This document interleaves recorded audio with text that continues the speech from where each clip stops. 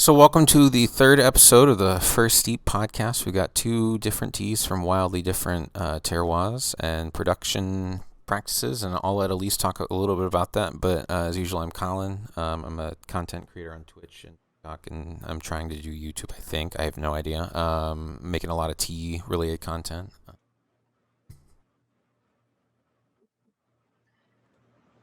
Yeah, thanks for having me on. My name's Elyse. Mm-hmm. I'm Tea Let Tea. I also am a content creator on Twitch and TikTok and Instagram and all the places where people are willing to listen about tea because I'm an ambassador. I'm an ambassador of the leaf. Tealet is a B2B marketplace that facilitates direct trade between independent, family-owned tea farms and tea business buyers around the world. So Collin, thanks for having me on the Yeah. podcast. This has been like a really fun way to of course, for us to get to know each other, become friends, Mm-hmm. but then also to have an interesting new perspective in talking about and learning about tea um, from someone who has traveled all over the tea growing world with someone that is enthusiastically doing a swan dive into the deep end of the tea world like you are. Hey, like Ron Swanson once said, why half-ass two things when you can whole-ass one thing, right? Like that. I love the what you just said though about wherever people will listen to you talk about tea because it's funny to me how willing people are to just listen to somebody just kind of ramble on about tea for a while, Mm-hmm. as I have and I know as you have, because like half the time I'm just a little tea drunk and just kind of just talk, stream of consciousness talking, and somehow something worthwhile gets said once every 1,000 seconds. But no, it's funny to me that there are people that like are like, yes, I will watch this person make tea and talk about it. People find it really relaxing, Oh yeah. even if people aren't like heavily engaged in what's being talked about and trying to learn from it. Like it's kind of like one of those ASMR things, I guess, Yeah. which is fine. I have considered on multiple occasions tagging my stream ASMR as like kind of as a joke, but also like I don't know, maybe somebody. No, it's What? like that. Yeah, it's like that. Yeah. I accept it. I accept it. Someone says, "Oh, this is boring. You're just talking about tea." It's like, yeah, well, you're welcome. If you fall asleep, you're welcome. You're Mission welcome. accomplished. So what are we drinking tonight? Tonight we are going to be drinking two different blended teas. Yes.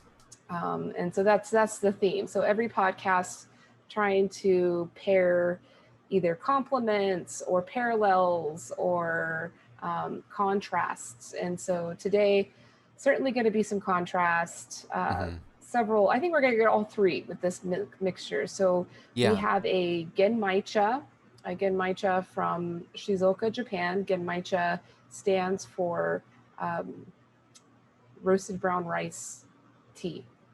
So it's green tea that's blended with a roasted brown rice. So that's the blend there.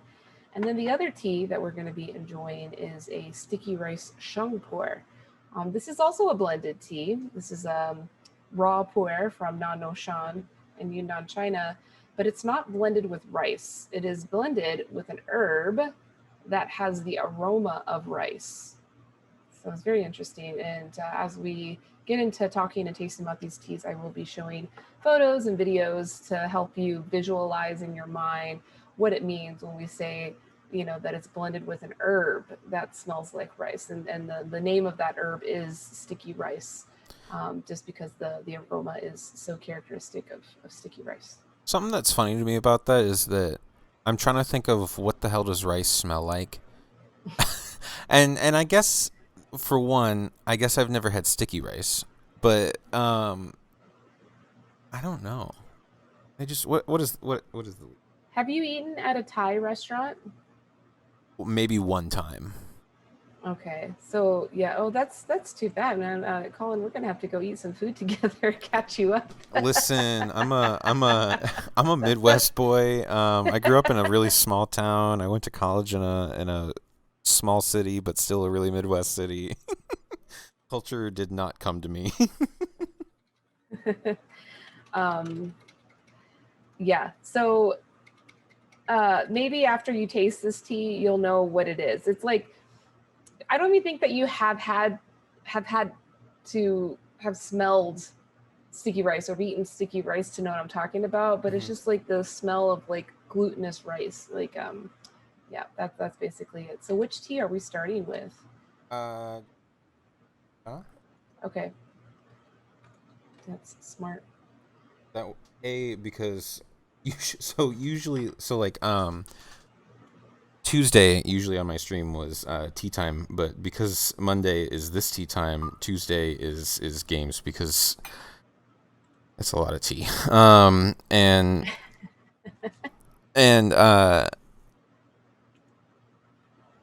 the thing that I always say is that we're following wine tasting rules, which are you start with your lightest white and go to your and work your way towards your boldest red.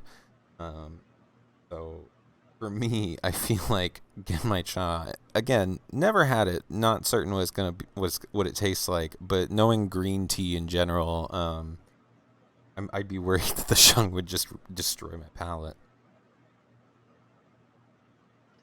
I don't think so, but I mean, you might be surprised just because it is a really gentle tea. The Um, sheng.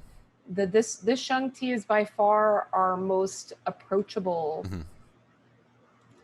Mm-hmm. like puerh tea. You know, because like a lot of people that are getting into tea, and they do get some puerh tea. They say, oh, this is kind of a more sophisticated, acquired taste because the energies and the taste can be quite intense. But then um, this one is like very kind of sweet and approachable, kind of like um, milk oolong. You know milk oolong? I'm familiar. I haven't had any myself. Excuse me. I haven't had Yeah. any myself, but I am familiar. It is a flavored tea Right. that is flavored with, it's like an oolong that's flavored with this like really kind of sexy and approachable milk aroma. Most milk oolongs, although the cultivar does have a natural milky character to it, most milk oolongs are um, flavored. The ones that you're going to find like Hmm. in the US, they are flavored with additional kind of perfumes to them. Um, and that tea by far, like when I first started the business, was like our best seller for the first like 3 or 4 years of business. And the market has become more elevated and educated, and to see beyond that sexiness. And so I kind of equate this tea in the same way that like this tea is getting pu'er tea into even some mainstream tea shops, mainstream coffee shops, just because it does have such an approachable character to it. I've definitely seen it in a lot of different shops. Also, just sidebar, one of my tea pets is just a little ceramic duck named Jeff, and Yeah. we're always making fun of Jeff. And Stripe is sitting on my lap, and Stripe is my cat, and she definitely just like intentionally, I will say, whipped her tail onto Jeff, knocking him over. So it's just proof that Jeff sucks. That's all I have to say about that. Um, so shall we make some genmaicha then? Let's make some genmaicha. So I've warmed up my Kyushu, and by the way, I love your Kyushu. I love that color. It looks really well This used. this one. Yeah, this is the tokoname. This is like the classic. Yeah, the classic. And mine's a Tokoname as well, but it's a little newer. I'm doing about this is about a 280 mil. I usually use about 200 milliliters of water. I'm giving it about 6-ish grams. You know. Nick says that Jeff needs some catechins.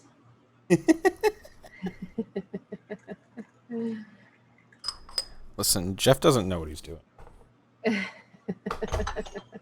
Something that I love about having tea pets on your table is that like people always ask me, like, what's the point? I'm like, the point is that they're cute, right?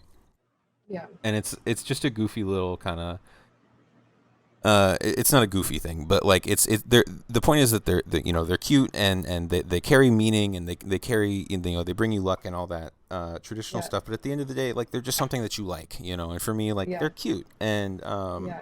but I feel like mine have slowly developed personalities because Of like course. I when I was making a lot of TikToks, and I haven't been making as many lately, I would always like have them talk to each other in text, and like Kermit the golden toad, was just very just kind of pretty matter of fact, but Iroh the cat was he was a little bit more kind of pompous and stuff, but I don't know. Anyway, T-Pets, love them. Did you ever use the filter where you can put your mouth and your eyes onto an inanimate object? Have you used that filter with them yet? I haven't, but that would be really funny actually. That would be really funny.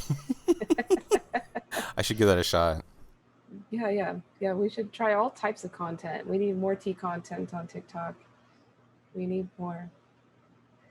Yeah, tea pets are important, and I think tea pets for the first, or I shouldn't say first, but for like the last like 5 years have really grown in popularity, and just like how the sticky rice approachness is what's getting pu'er tea into like mainstream tea shops now and tea spaces. Um, Tea Pets is doing the same thing as far as like making gong fu cha something that's approachable and fun and Hmm. popular, and the tea pets tend to be like the first thing that like new tea lovers really kind of geek out on and get really into, and they can be a lot of fun, Yeah.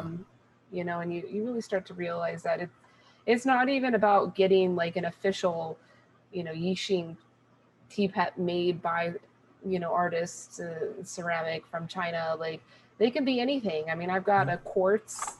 I got a quartz that looks like a piece of bacon on my table. Because sacred bacon. It looked Um, yeah. I've got lots of junk on my table. Unfortunately, I don't have my overhead cam working today. I could show all those things, but yeah, I've got. I mean, I even got this thing. My friend made it. No one's ever noticed this one. This one's a little lewd and inappropriate. I don't know if you can make out what Is that it a dick and is. balls? Yeah, with wings.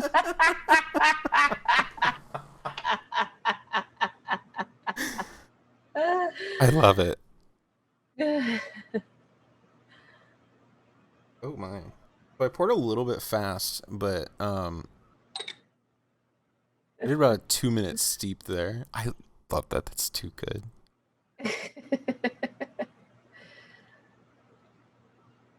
Oh shoot. Yeah, I've decanted mine. Mine's ready to go.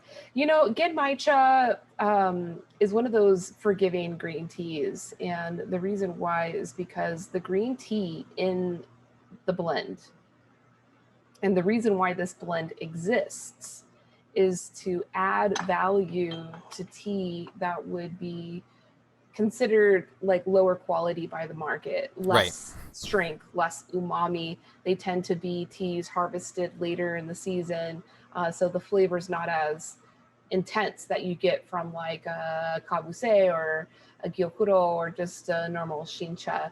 Right. And so in the Japanese domestic market, that tea tends to have lower value, gets lower prices in the market. And so what the farmers have evolved over time, and you know, Japanese culture, is really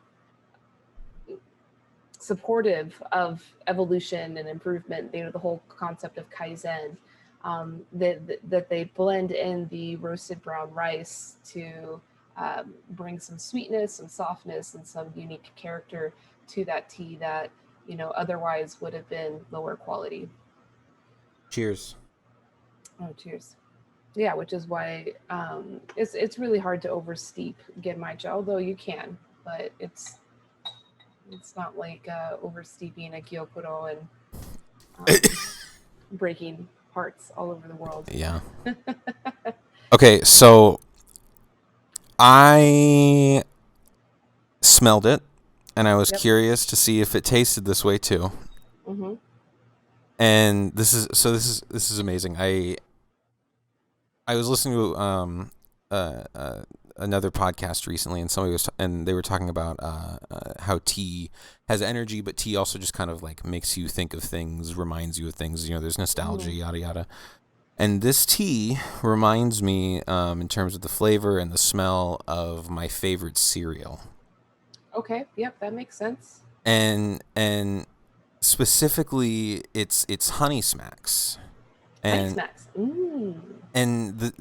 I took a sip of the tea and was immediately like taken back to being 8 years old, sitting at my grandma's table, because she would get these. We would go to stay with her, and she would get these little like 8 packs of Kellogg's cereal. They're the little single serve boxes. You open them up and just pour milk straight in, and she would get the ones that were completely Honey Smacks just for me. And Nice. yeah, I okay, yeah. I that the first sip just immediately like brought everything like that back to me right away. Yeah, I've experienced that before, specifically with that cereal. I don't know if it's this tea, um, because the green from this tea really does cut into kind of that honey smack, Mm-hmm. sweetness. Um, Now I look forward to trying this sticky rice with you. I look forward to see what that reminds you of. I'm Um, excited. because that's the value of blending, and to a lesser extent flavoring. Mm-hmm. I'm not a big fan of flavored teas, Me neither, um, but but the blending is something that's interesting because this green tea on its own would be kind of unremarkable. mm-hmm. The second you throw in those roasted brown rice, then it suddenly becomes something really special. So I did a little bit. I was doing a little bit of reading before the podcast tonight. Before we were Hmm. recording tonight, just in terms of, because when I first heard about genmaicha, and it was rice and tea and stuff, my initial reaction was just what it is that okay, that sounds like something that you would do to make the tea last longer, right? Like when you add water to your shampoo. I don't know, like these things, that makes sense. And so I looked up this specific one on your site and was reading kind of the description about it. And something that caught my eye was the note that, because what I had read before was that typically, it's later harvest leaves, kind of the cheaper leaves, and that's why genmaicha is not a super expensive tea. But something that I Yeah. noticed was that specifically this one, it said that it uses spring harvest leaves. It Yep. uses a higher quality leaf, Yep. and so something that you're saying here in terms of like kind of experimenting and taking this kind of simple form of tea into a kind of a higher level of flavor and body and balance and stuff. I think is really well represented here, and I'm curious to try some maybe like more traditional, I guess, with just some like lower grade leaf, to compare at some point. But Hmm. I can definitely I don't know, I'm intrigued to hear what you have to say about that, I guess. Yeah, I mean, so we certainly could find genmaicha that's made with the later harvested leaf, but um, this grower that we work with is focused on quality, is focused on really only harvesting the leaf and bringing to market the leaf and product that is going to further support their sustainability initiatives. Right. um, and so actually most of their tea, and we'll get to this tea on the podcast another time. Most of their tea from later harvest, like from the summer harvest into the autumn, are all going towards black tea production. Mm. So if they're going to offer genmaicha to their customers, yeah, they use the spring first flush, as well as the Hoji Cha, which Hoji Cha is another tea that the Japanese tea producers have developed the hack of optimizing the value in the tea by roasting it to give it a unique sweet character. But even the Hoji Cha that we distribute for this farm is also coming from the first flush. So, the tea is higher value than the typical genmaicha that you'll find on the market. But even the green tea in this genmaicha is not. their Midori Shinsha. It's not like their highest grade of the first flush. It is coming from later in the first flush season versus coming from like the summer flush, which is typically where you see genmaicha. But they make black tea from all of their summer flush, and we'll be tasting and drinking that soon enough on the podcast. Is that common though to use the later flushes for the black teas? Yeah. Okay. I'm Yeah, so typically, across the board with tea production, the younger, suppler leaves coming from earlier in the season are usually reserved for white and green teas, while the later harvest are being used in oolong and black tea. There's deviations from that, of course, but right. that's like the typical rule. And I believe we had talked about it before. The bonjing of the leaf, which is for oolong production, you actually want those bud sets to completely open and completely mature before harvesting them Right. for processing. Hmm. Yep, yep.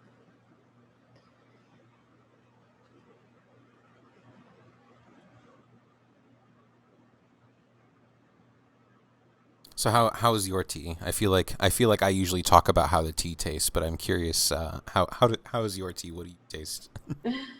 What do I taste? I mean, yeah, I know this tea like the back of my hand. Right. Yeah. It's always surprising the astringency that comes out in this tea, but again, that's mostly a factor of it being from later in the season.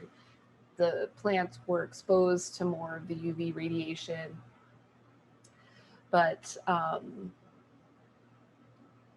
the brown rice just like rounds it out, sweetens it out, makes it very palatable, enjoyable to drink.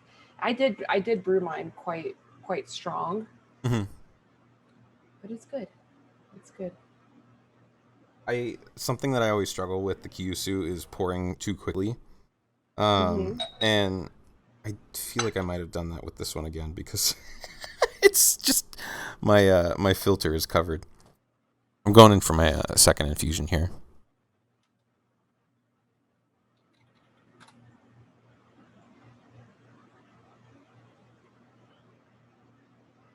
I don't know. This tea, though, I think is probably even more buzzy than the other tea we'll be drinking. So I'm going to be really cautious about, taking down three infusions in a short period of time.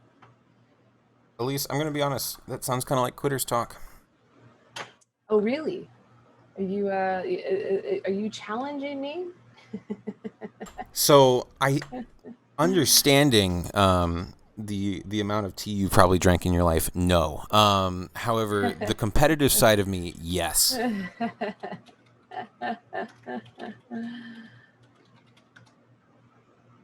The green. It's hard to see on my overhead cam because I have to like light it so harshly to prevent this. Got some crappy cameras, and if I don't light it well enough, it'll flicker. But the color on this looks a lot like a Fukamushi Sensha Hmm. in the second steep here, and I did a bit of a flash steep because I found with the Japanese greens the second steep is just hard as hell. Yeah. So I just kind of went off flash steep, but yeah, it looks a lot more like a much deeper steamed green. What can you tell me? What can you tell us about where this tea comes from? Mm. Yeah, this comes from a place in Shizuoka Prefecture, which is actually the largest, most productive tea producing region of Japan. And Say somebody I was talking to recently said it. That's like the tea place in Japan. but that's quickly changing. It really is. Like the famous original place of high quality tea, that's in Kyoto. That's Uji Right. Cha, and actually, most of what's labeled as Uji Cha is like maybe it was packaged and processed in Uji, but they're buying leaf from all over the country. Just has like a very powerful marketing name. I'm learning that's Shizuoka, common. yeah, Shizuoka has like a like that's like kind of the tourist destination, and that's where sencha production was popularized. And what I was told when I lived in Japan and went to Shizuoka and went to the tea museum there and kind of learned about the history of how that region exploded so quickly, because it was only within the past like 100 years that it's really exploded to that size. And someone had told me that that is where all of the samurai, after they had to go into retirement, like forced into retirement when that whole era came to an end, Hmm. there were a lot of unemployed people that needed work. So um, they kind of set up this industry in Shizuoka, which is at the base of Fujisan, Mount Fuji. So you always see the beautiful picturesque sceneries of the rolling tea hills and Mount Fuji behind it. This specific tea is coming from the Naturality Tea Farm, Hmm. which is a family, and the head of the family, he has been doing organic farming for over 30 years. I think actually 40 years now. And it's sad and strange to say this, but um, that was very uncommon, and that was like very against the grain of him to do, to start organic farming. And um, and once he started it, he realized that like his efforts were futile unless he could convince all of his neighbors around him to join in with him. And Hmm. there was a lot of resistance. They built up all of their marketing through like a CSA type of distribution model. So they're very CSA well known meaning. in community supported agriculture. Okay. Okay. Yeah, yeah. They don't call it a CSA, but like that's like in American food culture, that's like the closest thing, where a farmer has a direct relationship with their customers and maybe have like a regular subscription box that you receive from them. And so they pioneered that model and been doing it for decades in their local community. And so that has really supported their efforts. Oh wow. Um, Okay. yeah, so they sell directly to their customers, and they do a lot of really great outreach community events where families can come harvest tea, make the teimomi, the in the springtime you can make the sencha by hand, so you can like hand roast it. It's called teimomi.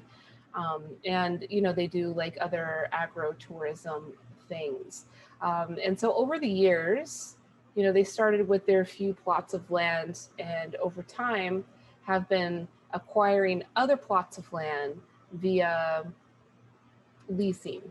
So like, and this is a common problem in Japanese tea production right now, and it's a sad problem. And it's one of those types of things when you like, we interviewed Ayumi, who is like the daughter in this family, and she speaks fluent English. She actually went to university in the United States, so she does a lot of the interviews and explaining things for us.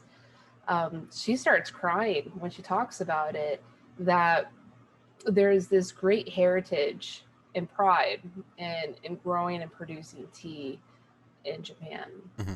But the powers that be, the commodification, has really made it difficult for farmers to be profitable. Like, Japan is probably perhaps one of the most disadvantaged and backwards economically tea producing countries, more so than India or Sri Lanka, like where the economics don't work out.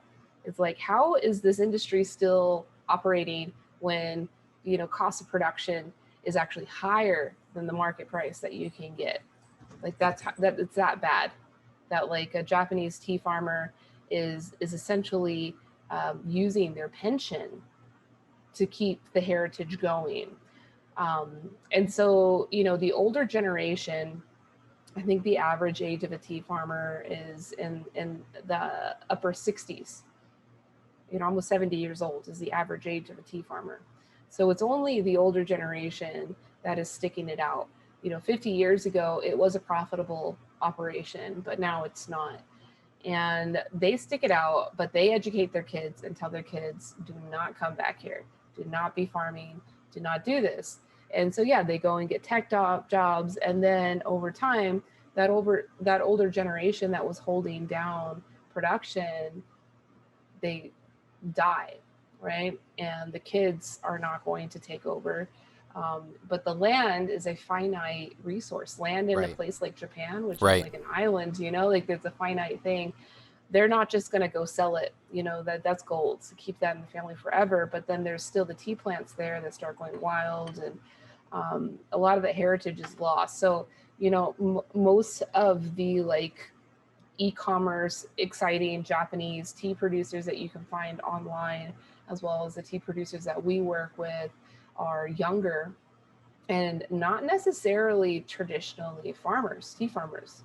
They may be young men that came from the city and moved to the village and learned how to grow tea, and then they connect with the families that have these like feral tea gardens, and make the arrangements to lease the land, so that they can produce tea there. And this family, they started doing that, and they've been doing that for 40 years now, just slowly picking up leases everywhere. And now it's at a point where like they're not even wanting to pick up the leases. The families are coming to them. Like they've become such an influential part of the tea growing community of this area.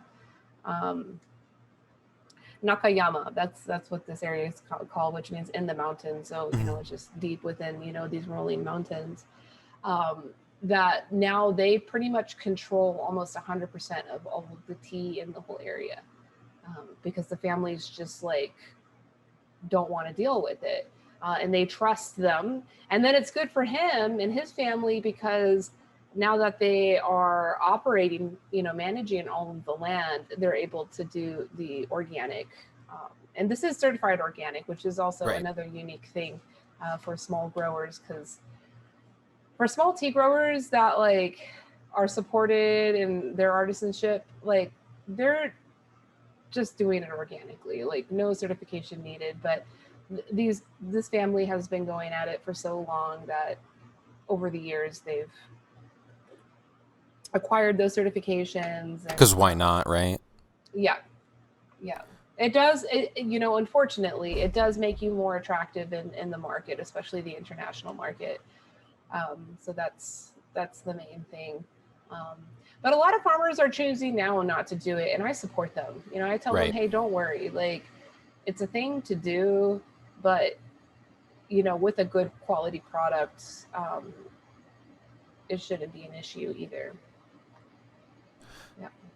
So, first of all, just real quick, very heady. You were right. Um, Floating, and not like caffeine buzz floating, just like yes. Something that you said that intrigues me, as somebody that has little experience with the tea buying market, that has not been to these tea producing regions and countries, right? That kind of strikes me about this, is how you mentioned the younger people, coming kind of from the city, learning to farm, and making money, or growing a business that way. Mhm. Because something that I feel that is interesting to me is the interesting Western fascination with tea, in that, like, something that you and I always talk about is that we're not doing a tea ceremony. We're just making tea. It just looks fancy because this is not how we normally do it. I mean, I think I've said before, like when in the U.S. and Europe and stuff, anything that's done with any amount of like intention to it, like, oh, that's a ceremony. No, no, no. It's just like you're paying attention to what you're doing, right? Yeah. Um, Something that I see sometimes that's interesting is this interesting fetishization almost of this tea making practice and culture Yeah. with certain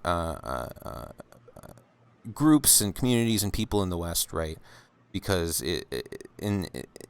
it's just, I don't know. It's different. It's quirky. It's cool. And maybe all of us are guilty of that. I have no idea.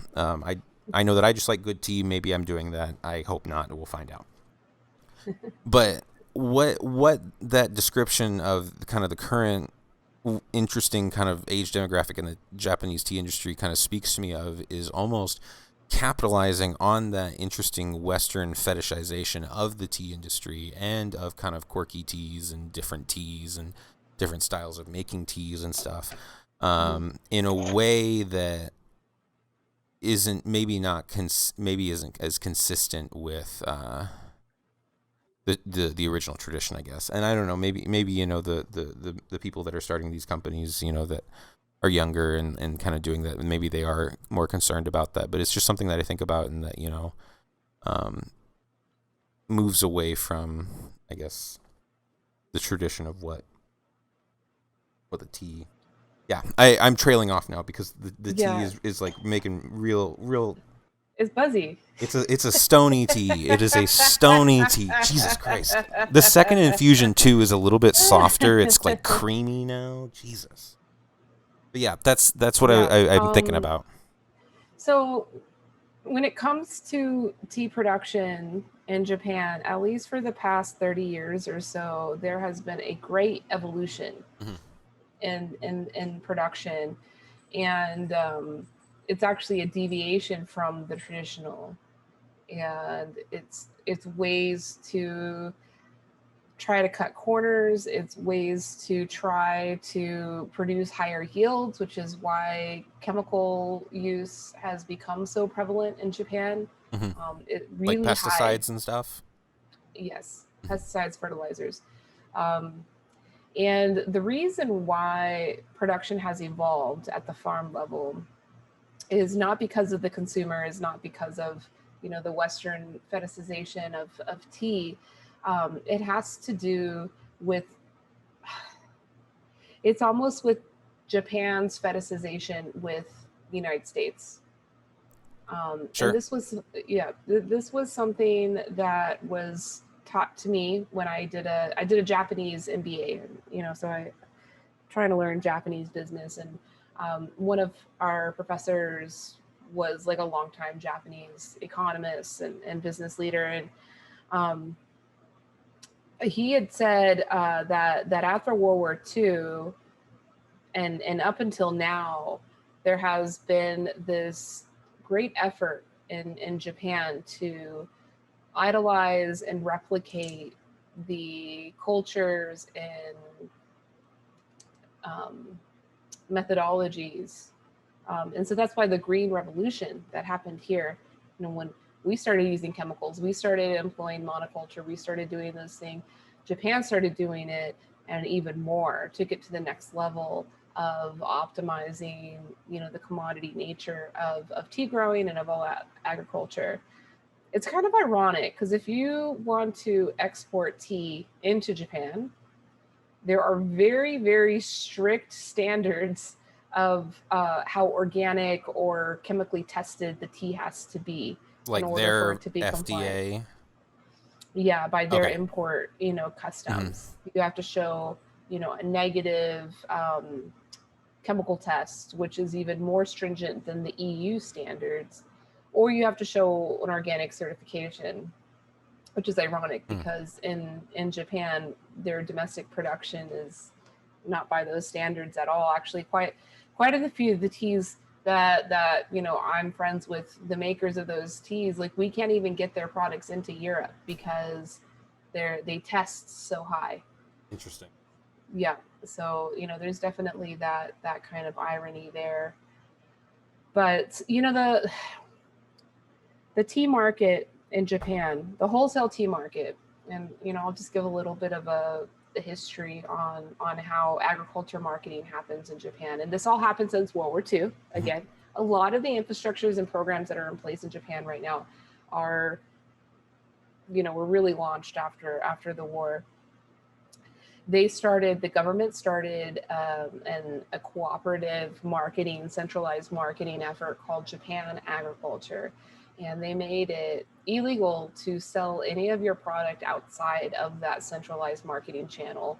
And 50 years ago or 60 years ago, it was actually a very beneficial, efficient system for farmers to get their products into the market.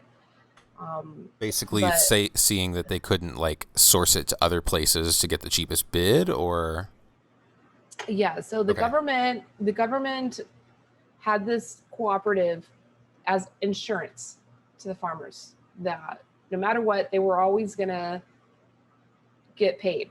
right, And that right, happens. When you're a farmer and you take your product to Japan Agriculture, you are guaranteed to have every last gram of your product purchased from you. There's that insurance. Now, whether or not you're going to be paid a good price is is a another okay, whole other thing. And so, but this is all government sponsored. This is not unique. Like these types of marketing schemes exist in other countries, but this one is actually sponsored by the government. The government is JA. And what JA does is not only do they work with the farmers and assure that the farmers are going to get paid, but they also work with the industry. And they liaison to arrange things. And unfortunately, what happens in these kinds of buying schemes is when enough buying power is accumulated on the buyer side, like they get to make the rules, right, right. They can right? set And prices and stuff. yeah, and so that's what's been happening over the past 3 or 4 decades, and it's heartbreaking because the price of tea, the per kilo price that they get when they go to JA, has actually reduced in price since 40 years ago. Hmm. While all the other inflations, labor costs, water costs, chemical costs, seed costs, plants costs, factory costs, all those electricity costs, like those have all gone up. But then the price, their market price has gone down. The demand has gone up. So tea as like a cultural item is still a very important part of Japanese culture, but it's not the traditional sense. Like I saw a report one time. They surveyed a bunch of different people, and they found that the majority of people, like millennial age people, didn't even know this was called a kyusu. Japanese people, they just said Oh, it was like their grandparents' thing. There's such a detachment from the traditional, but people are drinking lots of tea there, but it's all in the form of bottled, ready to drink. right. I've heard that in Japan specifically, like bottled ready to drink tea is very, very, very common. Yeah, it's super common and nothing wrong with it. Actually, that was my first introduction into tea. Mm-hmm. I, Same. I like I got a job doing quality control for the company that invented ready Oh, to drink unsweetened green tea. I understand. Um, I meant same in a very different context. You yeah, meant no, I understand. No, my for a bad. lot of people, that is their first time to drink tea. Is like the Costco, they get the Mhm. oil cha at Costco, the green bottle. It's a good product. It's a great product. I thought it was a great product when I worked there. It wasn't until I started to ask questions about supply chains and what's going on. And I loved that company. And I got a Japanese MBA because I wanted to continue to work for that company. I wanted to develop their supply chain networks and coding systems. Um, but they told me, oh, we're a Japanese company. That's all management work, and you need to know Japanese, and you need to be like a Japanese manager. And I was like, okay, I'll go figure it I'll go out. do that. And Watch me.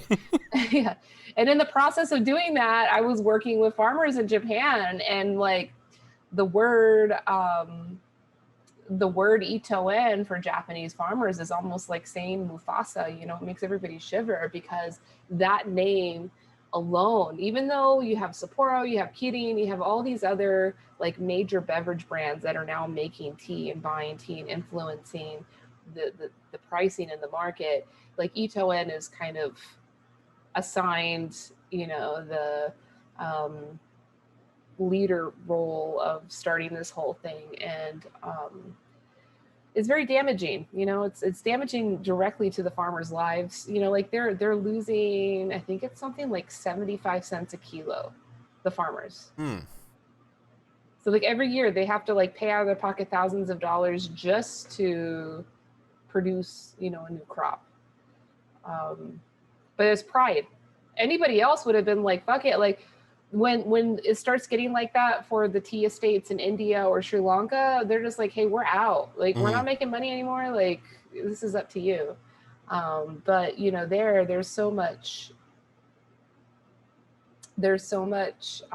you know, pride that you know. Yeah. Do you want to look at the place? Yeah, let's look at the place. Yeah. Do you have it set up to show from your end, or should I pull it up on mine too? Yeah, you should pull it up. You know, my overhead cam threw me for a loop, so. But I'll pull. You can just pull up the profile. There's pictures. There's That's enough there. what it is.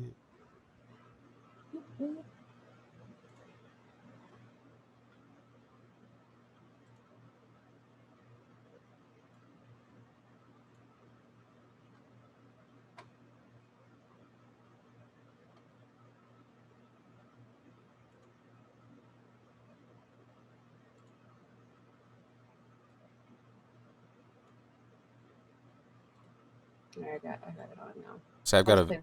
I love the video. So I'll just play the video on my end too. Yeah, sweet. Yeah, this is Ayumi.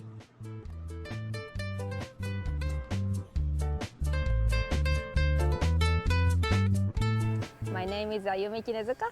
I'm an organic tea farmer here in Shizuoka. I came back 11 years ago, and my father actually started organic tea farming 38 years ago. So over time, we have improved, and now you can see we can produce the organic tea this beautiful and have no damage from the pests. It's not just about the tea production, what we do here. It's about the environment and also the specific culture in this region connected to the environment and the nature. So we are hoping to deliver that kind of message to the consumer. The family farm will survive. That's my hope for every region, not just Shizuoka or specifically to this Fujieda region, but everywhere, because each region produces very unique tea. So we don't want to be the only tea producer in Japan. It's very nice to have other tea fields because we learn from each other. And when other people are producing very good quality of organic tea, we can learn from them. This is managed by family. So mostly myself, my father, my brother, and my partner, 4 of us are working in the field. And my younger sister, she's doing the final processing of the tea and packaging of the tea. So we ship directly to the consumer. So she's in charge of that. And my mom is in charge of accounting. Yes. So usually around this time of the year, today is May 9th, we are done harvesting, but we are still harvesting because of the weather. But the quality itself, we are happy with it. Like you can see the leaves are very soft and they are growing very well. So we hope, we haven't really made the package yet. We hope they will turn out well, but from the field, we can say the leaves are growing very well. So I hope that people who drink our tea, sometime they have a chance to visit us in Japan, and to this field, we will welcome everyone. Yes. So sweet. I know. So ridiculously sweet. That is gorgeous too. Yeah, they're in a very nice place. Like I said, the place is called Nakayama, which literally means inside the mountain, inner mountain. Yeah, they're definitely in a good place.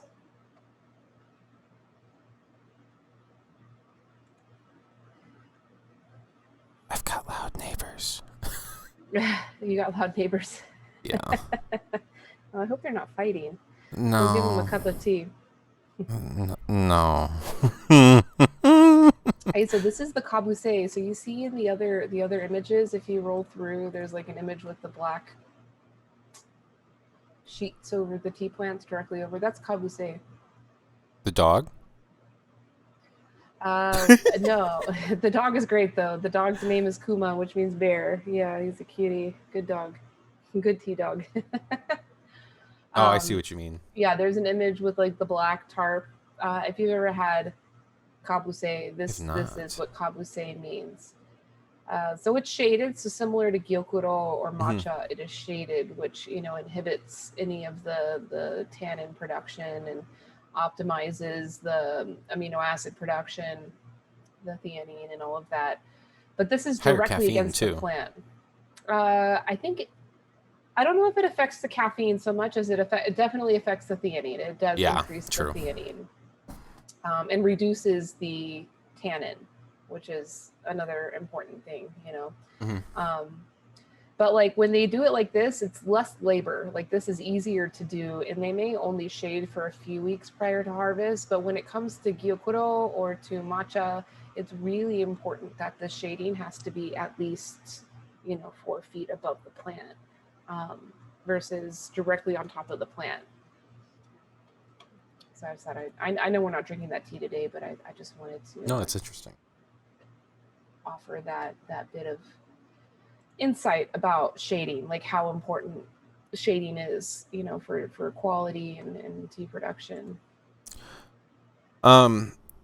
I am going to say that first of all, I just finished my 3rd infusion, and I need a slight breather before we drink more. I told you. Listen, and I said that was quitter's talk, and you were correct. I was wrong. You were the one that was being smart. I should have listened. You are the tea master. I'm not. No. I know. But I'm going to catch up to you. I'm going to get my 3rd infusion. I'll catch up while you're taking a little breather. I'll catch up. Yeah. Say I can turn off the live symbol, and we can just kind of interact with the chat a little bit. Yeah, let's do that. That's a good idea.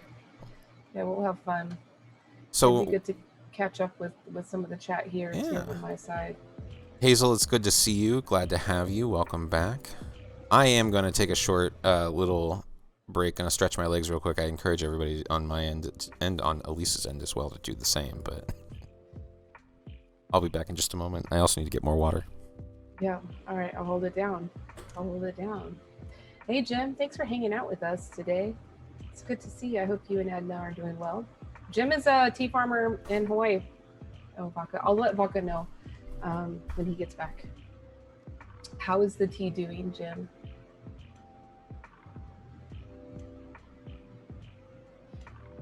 Edna's mom was picking tea. That's great.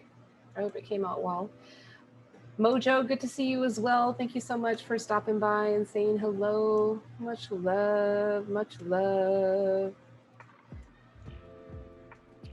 Yeah, usually I have an overhead cam, but it's not working today. So that's why the orientation of today's stream is just a little bit different than usual.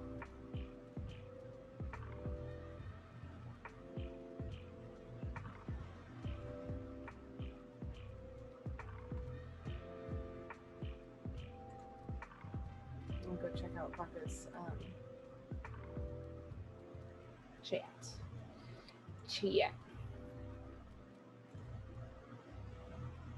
Oh, you're doing well. Good to hear that, Jim.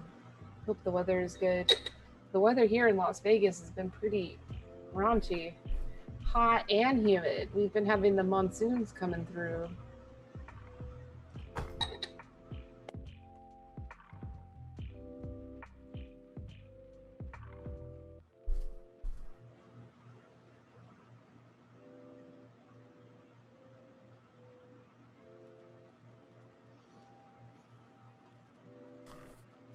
I can breathe again.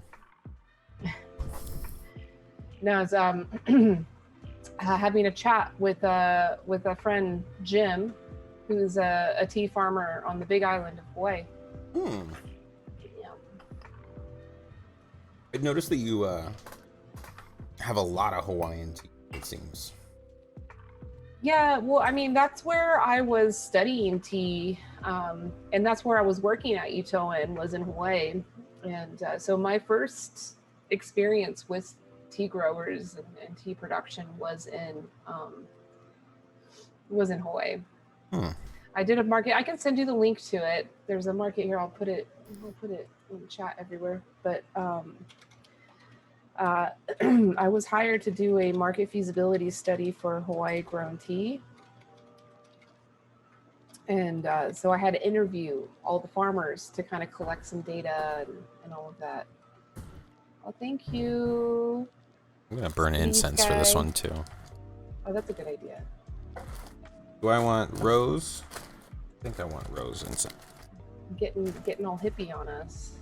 Listen, I recently started burning incense when I was drinking tea, like in the morning, and it is lovely. Honestly, like I it's so funny because I get like a little tea drunk in the morning, and I just like sit there and like stare at the smoke. Yeah. And I'm like, God, I feel like I'm high. I'm just staring at the smoke. Just good tea. Hi, God. How are you doing? Welcome to the stream. We're taking a break. We're in the middle of recording a live podcast called The First Steep, where Collin and I drink teas from around the world. So we drink pairings of tea, all with the intention of learning and like having a deep intuitional learning around terroir and tea. So today we're drinking 2 blended teas, both having some association with rice. Yeah, I picked up on that. Teas. I thought that was cute. Ricey teas. Well, and you know that there's a really popular rice dish in Japan where you use green tea. Yeah. To turn the rice into like a porridge. Really popular dish with the plum. I'm like fascinated by Japanese cooking because it's very, it takes a lot of things that I feel like most cultures already do, and then just add a little twist to it. Mm-hmm.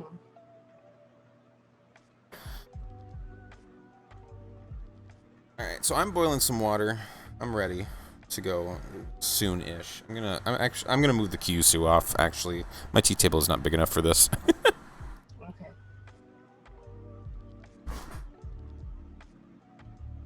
I'm trying to get into your chat so I can throw this link over there. Actually, why am I even thinking that? I can't do that. I can't do that. So yeah, we just finished doing the genmaicha. The genmaicha is a blended green tea from Japan that is blended with roasted brown rice. And now we'll be moving on to a sticky rice sheng puerh. So it is blended. You may be lucky. I'll check out mine. I'll see if mine. Before we do go back though, I am gonna ask, does my chat have any questions or anything? Because I don't think I asked, but feel free to chime in while we're kind of waiting on my water to heat up here. But yeah, what you were saying? Yeah, I got one in my little. I think when I packed your sample for this, I made an effort into making sure I included one of the leaves of the herbs. How would I identify it? It looks different. You'll see it.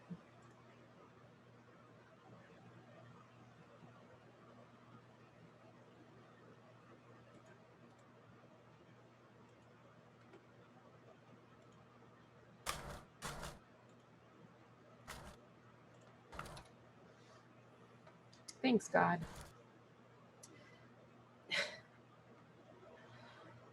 I don't know. Yeah, I have somebody in my Twitch chat called God. Well, God is angry, but we'll leave the angry part out. Good to have you here, God. Cheers, God. Right.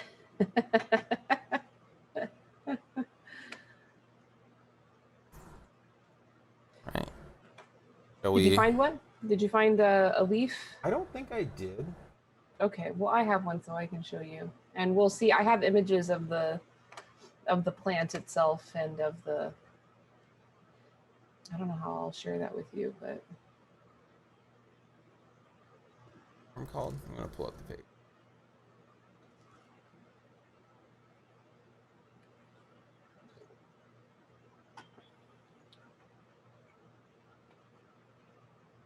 All right.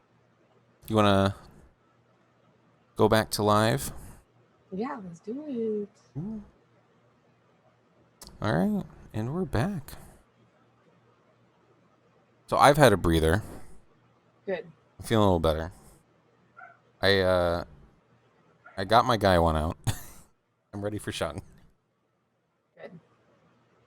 Yeah, I've got my guy one. So yeah, today we use the same teaware. It's the first time we're using the similar teaware. Well, before we get, while I was kind of getting ready, it was something I was kind of thinking about a little bit. Was how so far, interestingly enough, you've experimented more with brewing method, and I've been just like amazed with tea. But something though that I was kind of thinking about as well before starting, and that I it's kind of a goal, I guess. I've been in the past few episodes, I've been kind of so focused on the actual production of our little podcast, and sure that my audio is fine, making sure that the stream looks good and stuff. That I don't feel like I've actually been drinking my tea. And it's something I feel like I have to remind myself of sometimes. Is hey, don't just make your tea, drink your tea. Yeah. Actually, drink your tea. And so that's been my goal tonight, is to drink my tea, and I definitely did that with the genmaicha. Good. Yeah, you had three full infusions. I So much you had to take a break. Yes, that was a heady tea. I've been told I drink tea very fast.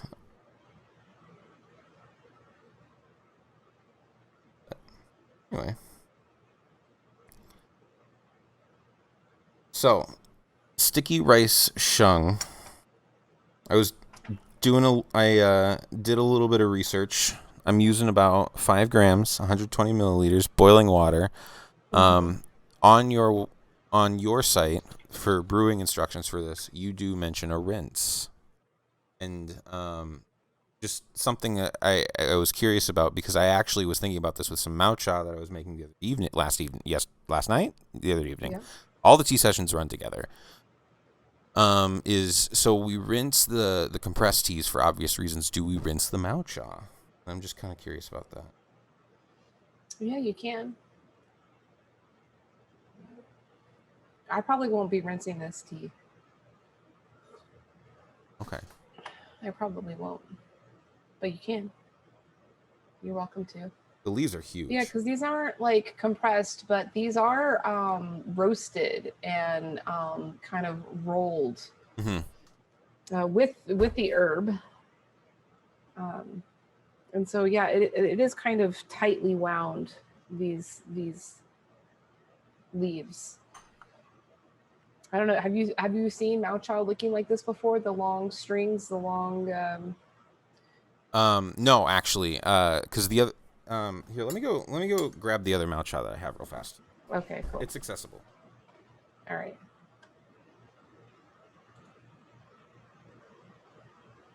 It's accessible.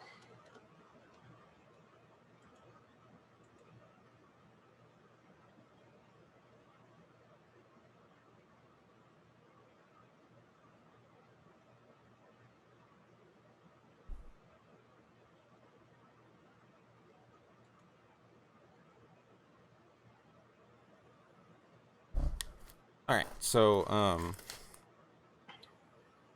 this is matcha from Tetley, actually. And now that I'm looking at it, it is a little wound, actually. I doubt they're making this style.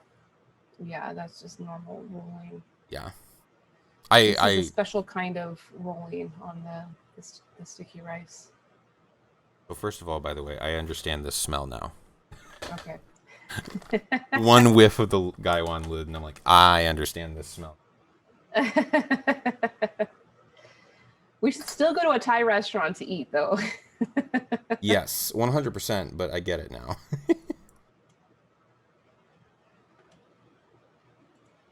I will use the rinse for the return cup. We'll just do it like we normally do.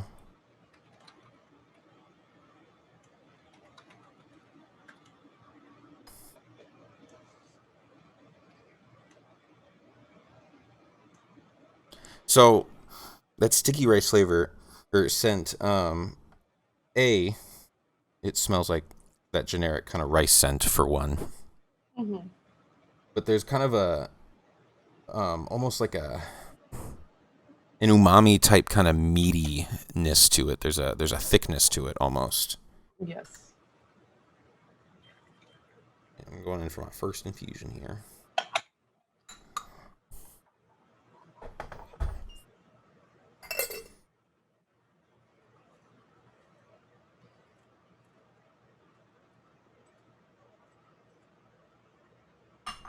Okay. So do you want to talk about matcha at all first? Or do we need to? Yeah. I have no idea. Yeah, I was going to talk about this actually. So I think what I'm going to do is I'm going to screen share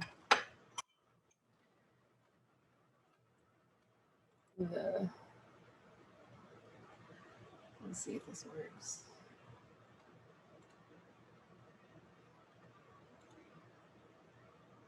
So I don't know. Does that help? Hang on. Do you see something?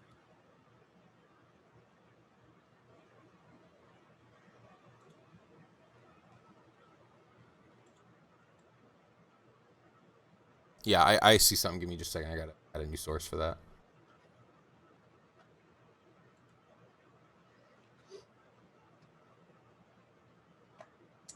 Sure. Okay. Off guard. We're good now? Yeah. All right, cool. So yeah, this right here is the actual herb that the what's it called?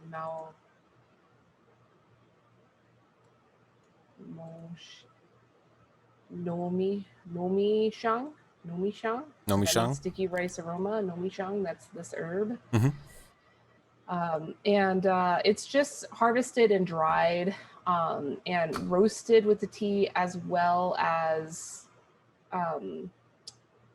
like blended with the tea. So like I have in my you're not seeing my cam, but my folks can see it. I have like one of the leaves that was like blended in with the tea. I think if I go to the next photo, you can see it dried with the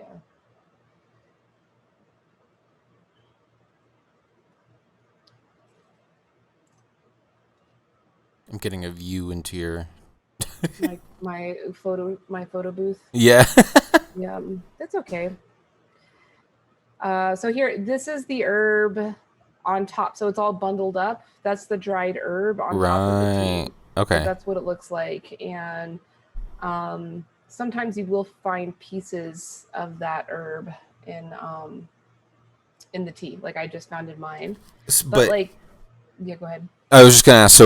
And you're probably gonna answer this, so I could probably just wait. But you're saying it's roasted like this with it on top, and then just like sometimes the leaf falls off and gets kind of stuck inside. Yeah, I don't think that they like actively sort the herb out of it. So this is the roasting machine.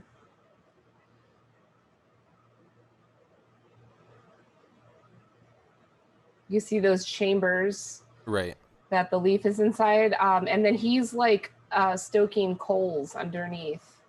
He's stoking coals underneath. This is Lin Shulin. That's his name, Li Shulin. He's the tea master. Like he's one of the few people I know in this world that I confidently can call a tea master. He is like stoking the fire and the coals underneath to heat up all these chambers, and then the machine is just rolling them back and forth, and that's what gives these like long string forms. So this is not typical matcha production. Matcha typically doesn't get roasted like this, but when he roasts the tea with the herb, it makes it, the aroma is more pronounced. right, with it. Right. Yeah. Makes sense. Let's see. Got the production of the normal tea. So Shang tea production is very similar to green tea production. Mm-hmm. So he's just done the kill green on this tea. He's gonna do multiple kill green steps. The machine right behind him, there's like a tumbler machine, and you see like there's fire underneath of it. like all of his equipment is all, you know, wood burning stuff. That right there, that the roller behind him is what is doing the kill green. See, I know I have a video of And him. so, as I understand it, so kilgreen being like the pan firing or the steaming Yeah. process, and Yes. for matcha, you're only going to do that like a percentage of what you would do for normal green tea, because you're not actually trying to stop the oxidation. You're just trying to like Yes. slow the oxidation process down, so it Yeah. happens slowly over time. Yeah. Okay. So yeah, this is the kill green machine. This is the machine that he's using to roast the tea. The tea is harvested, and then it, you know, withers. I'll play it again. So the tea would go all through this machine and come out the other end. Let's see if this is better. So yeah, the tea is harvested, and then it's withered, and then after the withering, then it's rolled. Right. Right. So this is the rolling to shape the leaf, and then it would be allowed to rest. And then the following morning, he would roast it in that first machine that I showed you with the herb. And then sun dried. He does all of his drying sun dried. He doesn't have any drying machines or anything like that. I'm back. Sorry, I should have given you a cue. You just realign. Thank you for. So, I mean, those steps that we just went over, those are the exact same steps for green tea processing. Harvest, wither, kill green, rolling, drying. But with the Shang puerh, I think the kill green is not as intense. Like, I think there's still a little bit of oxidation that can happen. But of course, with the puerh teas, they're all produced to encourage the biological fermentation to happen, which that will happen in this tea. But this is a young Sheng. I think it's a 2019 harvest, so it's still very young. The packet said 2016. Oh, there you go. You get a nice one. Yeah. Say, I'm about to go in on my first infusion, so cheers to you on some 6-year-old Sheng. Thank you for sharing it with me. Yep. It's a blended tea. Flavored, scented, blended. Sexy. There's just such a warmth to this. It's like,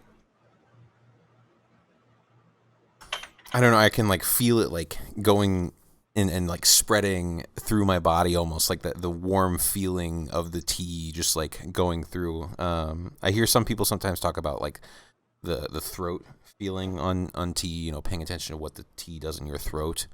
And yeah, this one, it kind of like coats all the way down almost. Yep. The Huigan.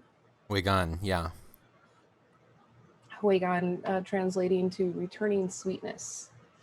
So amazing sensation that you feel after you've drank, after you've already swallowed the tea.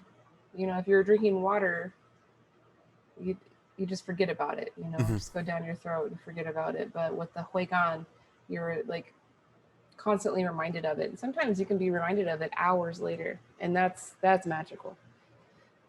So I don't think I've experienced that ever, but I mean, it definitely like it just returns a little bit, you know. And what's interesting is that Huigan, I've done a little bit of research into the concepts. I'm not going to pretend to understand it. Yeah. Most things with tea, I do my research and then I don't pretend to understand it. This being one of them. Is the fact that it's returning sweetness, right? Because it's not sweet like you would think it is. It's just it's pleasant almost. It's I don't know. It's like sweetness in the sense that umami is sweetness. Yeah. Right. And you know, so like in the US, when we think of umami, we think of savory. Like that's what we've been told. It's like this additional flavor taste bud for savoriness. And when you're in Japan and learn the context around what umami means, it's more like umai and umami. Like umai means sweet. Like that's like a response you say to the when you're but it's connected to umami. And umami is also sweet, but not like sugary sweet, but more of a textural kind of blanketed softness sweet. Yeah. And I believe that that's the same sweetness in Huigan that we're trying to identify. What's interesting about it is that, and it wasn't until I finished this here, is just specifically, so there's a flavor, right? There's a Yunnan flavor. And so we're talking about terroir. We always like to talk about terroir. And there's something that, one of the ways that I like to describe terroir to people when it comes to wine, when it comes to tea, these things, is that for me, in my experience, there's always one flavor that you can identify. There's one thing that binds them all together, right?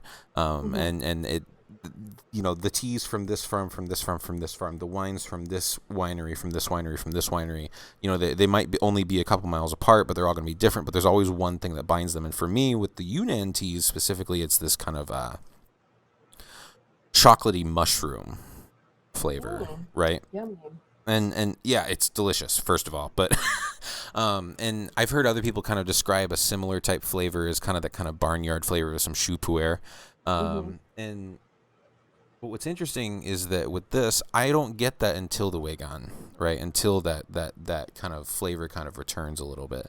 The flavor up front is so much of that sticky rice flavor, and I don't know. It's just, it feels like for me with this tea, as I kind of like get to know it a little bit and take my sip and kind of sit with it and learn about it and say, yes, hello, how are you, friend? It returns and says, here's some sticky rice, and here's where I'm from. Enjoy. And yeah, I don't know. I like to talk to my tea. Yeah, it's good. It's good. Have that relationship. That's how you get to know it, for sure. You know what the aroma of sticky rice? I mean, other than sticky rice itself, sometimes Bitcoin's BO smells like this. So it's like either this or like Frito-Lays, I'm trying to identify it as well, and what's interesting is that when we talk about tasting notes, this happens to me all the time when I'm trying to describe beer to people, because in beer there's a common flavor or aroma, I should say, called cat piss, and cat piss is delightful. Okay, it is an amazing aroma, one of my favorites. But you can't tell people that that's the aroma that they should be looking for until the beer is in the glass, because they don't want it then. And what's interesting is that I feel like with tea, with specifically puerh, that same kind of thing applies, where there are these flavors that you're like, you describe them, you say what they are, and you're like, God, that's terrible, but I love it. I need more of it. Like specifically people that I know like really like choux puerh, all the time they talk about, yeah, it tastes like a wet basement. Kind of tastes like, it was in a barn. I love it. And I don't know, it's just there's a flavor that I'm getting from this, and since I don't know what Bitcoin's BO smells like, I cannot identify it as that. However, there is a flavor that I'm identifying here that I can't seem to quite pinpoint what it is, but is in that similar, like, this should be unpleasant, but it is shockingly nostalgic, and I'm enjoying it. And I can't quite. Yeah. It's like cheap alcohol almost, weirdly enough. Well, I mean, for a lot of people, sticky rice itself is a very comforting thing. Especially if you grew up in like a Southeast Asian culture. True. Like sticky rice treats and goodies are often associated with different like holidays and festivals and whatnot. But yeah, it's just like sweet. It's not as associated to like a cereal like you got with the genmaicha. Definitely not. Yeah, it's more savory, but certainly umami. But yeah, like Bitcoin's BO, a lot of times he smells like a bag of Frito-Lays. Like that's usually what it smells like. And I'm sure you love it. No, I mean, it just means it's bath time. It's time to go get a bath. Yeah. Like, you stinky. I was serious. Like, my Stripe, her breath smells terrible. I love smelling her breath. And she breathes in my face. And don't... yes, I am a crazy cat person. But. I didn't know that about you, Collin. Yes, I am. Crazy cat person sniffing your cat's BO. Um, Sometimes. So the tea, though, I was reading up on this one a little bit too, and okay. what I was seeing was interesting, because this is something that I feel like is strange, right? Because the puerh is scary. I just got to say it. Puerh is Okay. terrifying. In that what the hell is it? I mean, I know what it is, right? But like, what the hell is it? What the hell? But B, puerh people are snobby. I have found specifically in Western society, because puer I feel like is very similar to like really fine wine in like upper class American society, in that like in the tea world, in that it's expensive, it's confusing. There's a lot of barriers of entry and stuff, but so puer is scary. And first of all, what I'm seeing immediately is that yes, this is extremely accessible. I can see why this is accessible. This is nothing like a sheng I've had before. I've got a Shaguan 2.0 in my Pumador that I really enjoy, but this is nothing like that at all. But anyway, that was a really long way of getting around to saying I feel like what I always hear people talk about is the Gushu puer, and this is not that. I was reading in that these are like 20-year-old trees. He's let them just kind of grow wild. I believe I've seen a picture of the trees. I think you sent me a picture one time. I can't remember, but I don't know what's the big deal. What's the big deal? What's the big deal with that? I don't know. I'm talking. I'm tea drunk. I'm just spewing thoughts. 20-year-old trees, Elyse. Tell me something. Yeah, I mean, yeah, 20-year-old trees are young trees. So like this is certainly not a gushu. This is not even a dashu, Right. probably. What Dashu being old tree, right? Well, dashu is big trees. So those are big young trees. So maybe like a 60 or 80-year-old tree would be a dashu, and then gushu would be like 300 years. Right. He has gushu. And he can make gushu. Of course, it's much more valuable and has a very different profile than this tea. But the energetics in this tea certainly are still there. I'm feeling. I mean, you're feeling. You said you're tea drunk, so success. Yeah, I literally had like that first infusion go through, and like was immediately like totally different energy from the last tea. The last tea Yeah. made me want to go run a marathon. This one is like, nah, bro. Sit, watch a movie, relax. Yeah. Just to steep in your wisdom and Steep. potential wisdom. Yeah. Yeah. So what's craft about this tea has more to do with the processing, with the the roasting and scenting with the herb. This is not a tea that he typically produces like on a regular. When we order it, it's kind of a special order type of a thing. Like he wants to make sure people really want it, because I don't know if this tea is so popular in China. It's so popular here because yes, it is very approachable, Right. and relatable. Like it still has that kind of musky, sweet dirt taste to it, like Right. that all puer has, and the minerality that is associated a lot with the chi and the energetics. But it also has this kind of sexy, relatable, aroma and kind of feeling, like kind of warming feeling.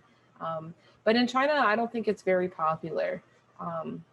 But they'll make it for us because there's such a demand for it. And sticky rice puer, you'll see in other forms. Usually it's as a tuo cha, like they're in like Right. small little pink wrapped little tuos, mini cakes, and it's usually made with the shu puer, but like factory made shu puer. And I challenge you, if you see one, Collin, try it. And compare it. And compare it. Yeah, at least with your memory of this tea, because you'll get the same aroma, but I feel as if it's like artificially scented. The ones that I've experienced in those pink little tuos. and the energetics of the tea obviously aren't as powerful and balanced as this one. It's not common to find the sticky rice in a Mount Cha form. Like, no, there's not many tea importers that are bringing this into the market. I feel like we're starting to toe the line of the conversation of blended teas. Yeah. You know what I mean? With the accessibility, being the floor dust that I'm always talking about, specifically in the fact that what you're telling me here is that this is a style of tea that is delicious, lovely, but might not be super popular in China, but is rather popular and accessible to your markets here.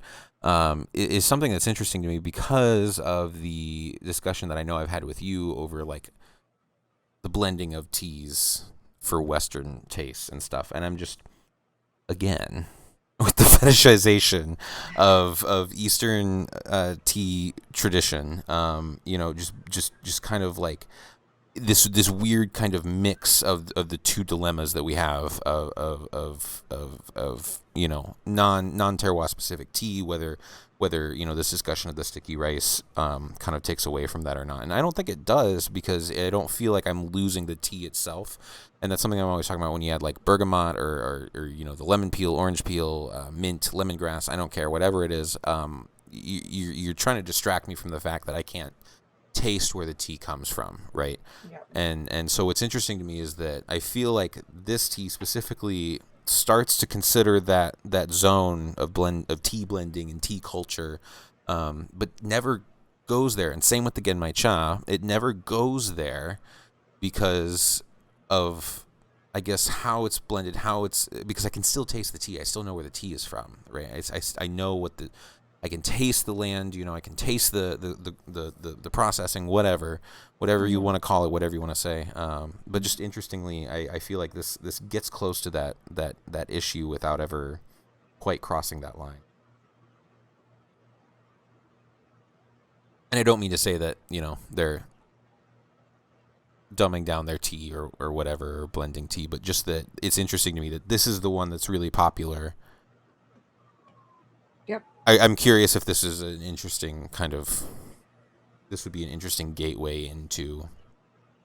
By the way, it's eggnog. Eggnog? Yeah, serious eggnog. That's what I'm tasting. Oh, interesting.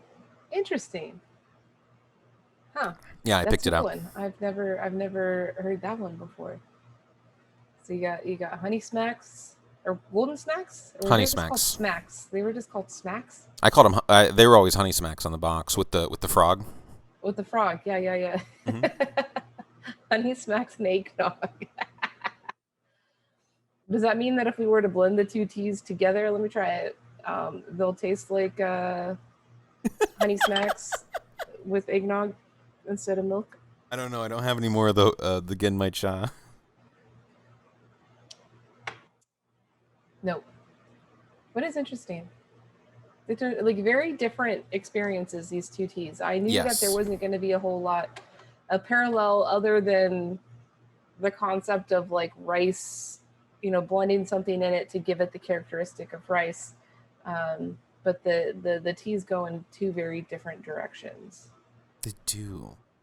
And I'm, again, very glad we went in the direction that we did, because I don't think I could have handled this energy turning into the genmaicha energy. But I don't know. I guess I'm curious, though, what I'm saying about like blending and stuff. Does that hold any water, or am I just blowing hot air right now? No, it's true. Yeah, for the most part, blending and flavoring has been a tool of masking lower quality products. It's like a marketing thing. It's a marketing thing. Just as this tea is too. This sticky rice puerh, just like I'm saying, like in China, like this is not like a hugely popular, high demand tea. It's something that's interesting in there. Like most tea lovers are aware of it and may have some, but it's not like is really popular here because puerh is new into the market, especially sheng puerh. Like Yes. there was a movement for a while, mostly on the West Coast, of popularizing shu puerh by certain brands and tea educators and tea masters or whatever. But to support the popularity around shu puerh, oftentimes the marketers would kind of like talk down about sheng puerh. And Weird. you'll see that. I'm sure you still see that now. They say, oh, you shouldn't drink sheng puerh because it's too rough on your digestive system. It's too rough on the body. It needs to age and ferment. It needs to. And a lot of that is just the marketers trying to educate the consumer to support the product that they're bringing. Right. And Yeah. up until that point, it was all cakes of shu puerh. And yeah, it's true. If sheng puerh made from bad energetics is gonna tear your body apart, because wonky energy, that's what I call it, wonky energy is there, and the fermentation process can help balance those wonky energies and make it more balanced. But with a good quality leaf and craftsmanship behind it, that energy is balanced. Like, yes, there's a lot of energy in this tea. I mean, you got tea drunk, I'm feeling it, but it's not like wonky. It's not like crazy in one direction or another. It's pretty balanced. It's very pleasant. It's relaxing and warming, and I always seem to like lose you at some point on my OBS in terms of being able to actually capture. No, but it's a really calming tea, I feel like, and the sticky rice you were saying being kind of a comfort food, right? And I mean, me having it being reminiscent of eggnog, like, for Western culture, that eggnog flavor, that's a family thing. That's a whatever, Christmas time, blah blah blah, and so it's just kind of, I guess, oh shoot, is this what I need? Well, it is, but it's not working. I don't know. I'm like losing my. I for some reason have lost my capture for your cam, but yeah, OBS, but yeah, no. Do you want to talk at all about where the tea came from? Well, yeah. I mean, I could show some more. Show some more video and whatnot. If I can get it to work. Yeah. Okay, it's not gonna happen. I gotta do it this way. Come here, baby. Hey, baby. Come here.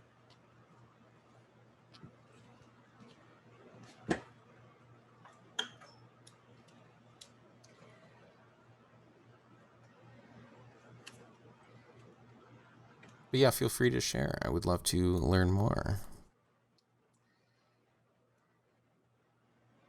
So I've got an image of Sai, the wife, Sai Lee. She's holding up some tea among their younger plants. Let me see. I'll screen share to you. Should I do that? Go for it. All right.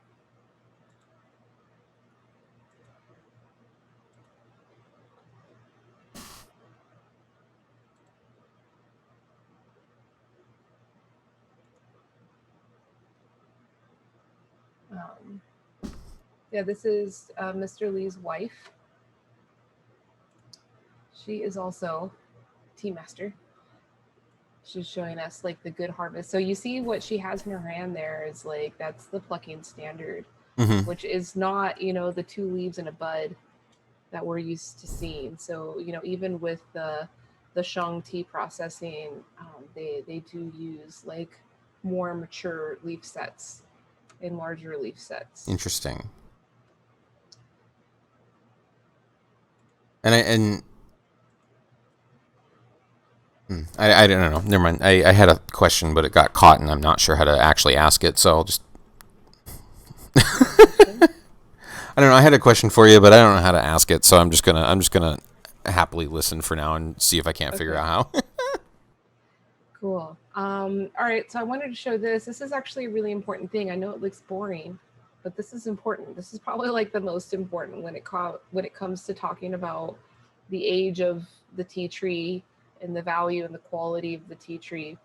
So, a lot of people equate the age directly with the size, like the height of the tree. Mhm. But oftentimes that can be misleading, either because the farmers are regularly pruning the trees, so it can be deceptive about how old the tree really is based on its height. But you can always look at the girth of the bottom of the tree, or you can look for the growth of these like plankton things. These are all Oh. different like fungus, and these fungus colonies take years and years and years to develop. And with these older trees, so this tree is actually quite old. It looks young, right? Because the tree is thin and it's pretty short. I think the tree itself is shorter than me. Right. So you would think, oh, this is a young tree. But if you look at these colonies formed on the branches, you'd see that um, there's a lot of shit going on. There's multiple layers. Yeah, this is an old tree. Really cool. You see these little things. That's all different types of like fungus that take a long time to develop the colonies. Do And you know this how wasn't old? just, I don't know how old. And that's not important either. Like I would guess this is probably like maybe 200 or 300 years old. Shit. But that doesn't matter. You can't even like determine that. I guess if you cut the tree down and count the rings at the base, but But then no tea. yeah, so no, we're not going to do that. We're just going to like be perceptive and have a good positive intuition about understanding these things versus trying to like qualify things by absolutes. Mhm. Puerh tea has kind of taught me a little bit about that, I guess, in my limited experience with it about tea, and just that there are so many variables to this style of tea. So many Mhm. variables, and not only in the production, like where the tea comes from, the trees, the processing standards, the plucking standards, whatever, even all the way to how you break the leaf off the cake to how you brew the tea. There's so many variables, and the tea has taught me to be flexible and just learn from the tea a little bit. Yeah, yeah, you gotta. So this image of the tree that Sai is inside, I think she did climb the tree a little bit, so it is quite a big tree. But this is probably very similar to the plants that would have been used for harvesting this tea that we're enjoying right now. These could be our leaves. Yeah, that is possible. I probably not exactly it, but like similar of size, because like these are the younger plants that they have more recently planted. These are not like the old growth trees that have all of that, fungus growth all over it. These are younger plants. These are younger, more vibrant plants. Oh, and I'm gonna They apply. still grow pretty big. They still grow pretty big. Yeah. Only 20 years. I mean, I've seen like 7-year-old tea trees that are very, very large. And Hmm. the marketers will try to tell you, oh, here's a picture of this tall tree, this is how you can tell it's very old. So like if the tea marketer is really trying to establish the age of the tree, they really should be focusing in on the images of the trunks with that growth on it. Not the size of the leaf and the Yeah, height. nope, Yeah.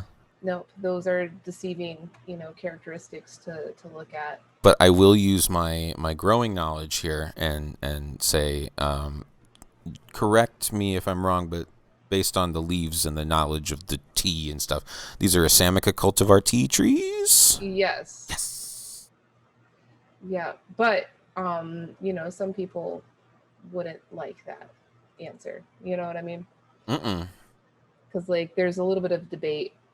If those cultivars, if those varieties are actually the same, or if they're related, or Right. Okay, I know what you mean. yeah, Because yeah, so yeah, when I talked to Sussman about the Manipur, trees. That's basically what he was saying, is that the Assamica tea tree, the Assamica cultivar tea is in Yunnan, and the Assamica cultivar tea is in Manipur, and the Assamica cultivar tea bushes in Assam are completely different. Yeah, they are different, but probably deriving from the same source. Right. And that's something I'm personally very curious about. I've been building a network of experts and students and scholars to try to tackle down that story, like where did the seeds come from and how did they evolve. This is just an image of the general terroir. I think I took this image from the top of a tea tree. So here where we are at this point, we are harvesting single bush trees. So these are very, very old trees that we had the great privilege of working with and harvesting. And we did make, very rustic, small batch but from each individual tree. So we worked on 2 different trees and we just harvest, one batch from one tree and one from another tree. So this here is the harvest from one of the trees. How much we can fill in one basket from one tree. That's how large these trees can get. Wow. Very, very large trees. But then, like, at the same time, it's like I think she even might be squatting on the ground and her hand is extended and touching the branches of the tree. But these are very, very old trees. And the reason why the tree is so short, because you think of old tree and you think, oh, it's got to be like 80 feet up in the sky, which I've seen those types of trees, but not necessarily though. Yeah, because if the farmer is pruning that tree every single season, like they, to keep it manageable, the tree will keep growing out this way. And so that's how we were able to harvest so much, because it was very bushy. It was very bushy all the way around, but it was still short. But the base of the trunks was very wide, and you could see how old the tree was, but the branches are all still tiny little things because they're basically new growth every year because they get pruned. I love these photos. Yeah, this was a special thing. And we, on this day when we hiked out here, we did a barbecue up in the mountains and it was freaking awesome. They were showing it. So this is like a factory, but we don't get our tea from this factory. This is like the traditional way that the tea is roasted, just in a wok and fired with wood fire. I'm getting on my third infusion here, and it's like the mouth feel has opened up into something that is just so creamy. Oh wow! Let me get my third going. Actually, no, I have my third year. I'm already on it. Hell yeah!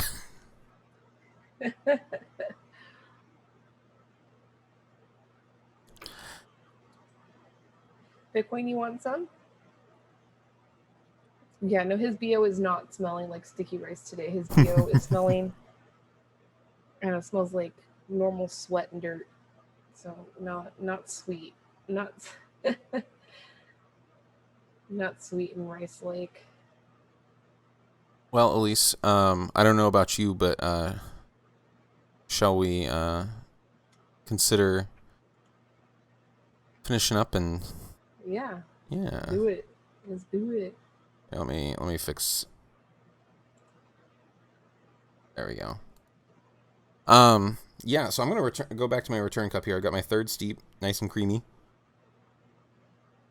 and return cup. The return cup. I never heard it called anything. You've given it a name. Oh, I heard somebody else call it this. So yeah. Who Zealousy, actually. Oh, really? Cool. Yeah, Zealousy. Who does that? Yeah. Afan's in the chat. Afan, can you give me a shout out for Zealousy? ZEALOUSEE. Thank you. But yeah, he. I saw him call it that a few times, and I was just like, I like that. But yeah, there's like no flavor in this first one in comparison. Yeah, it definitely opens up later. Yeah. Later on in the serving. Anyway, but yeah, thank you for joining me, Elyse. I really appreciate it. I enjoyed this session particularly particularly well, actually. Yeah, this is a good one. We got more coming. You know, we got more exciting stuff coming. So there are some exciting samples. So I am doing a not necessarily like a boot camp type thing, but I'm gonna be kind of like going into the editing booth. I'm the type of editor that like does several hours in one sitting and then doesn't touch it for 2 days and then comes back and goes, what the hell did I just do? So I'm gonna get like I'm gonna do one of those bigger editing sessions for this podcast soon. So I'm hoping to be able to start releasing it within a week or two here. Great. And yeah, I hope everybody in the chat has been enjoying our live sessions. But do you have any parting thoughts, Elyse? Drink more tea. Yeah. Yep, drink more tea. And if you're interested in trying any of these teas that we've been drinking on the podcast, yeah, you can get them all at teaanditspeople.com. That's our retail website. Dropping that in that chat real quick. Yeah. Put it in mine. Yeah, I've had a bot timer going every several messages that just pops up with a, this is T-Light, go to their website. Cool, thank you. Yeah. And I forgot to update Jim, it. thank you too. Oh, Jim is still here? That's great. We had 2 Jims on. Awesome. Jim Chestnut. Yeah, he's the tea grower from the Big Island. He stuck around and hung out with us. Hell yeah. Cool. Well, Elyse, cheers to you. I'm probably going to continue my stream and play some Slime Rancher or something, but cheers to you, friends. Thank you, as always, for joining me. Cheers to your stream. Cheers to my chat. Yep. Cheers, cheers, cheers. Bitcoin too. Thank you. And I will catch you next time. Yeah, we'll see you next time. Thanks for the good times. Yeah. Later. All right. Good night. Good night.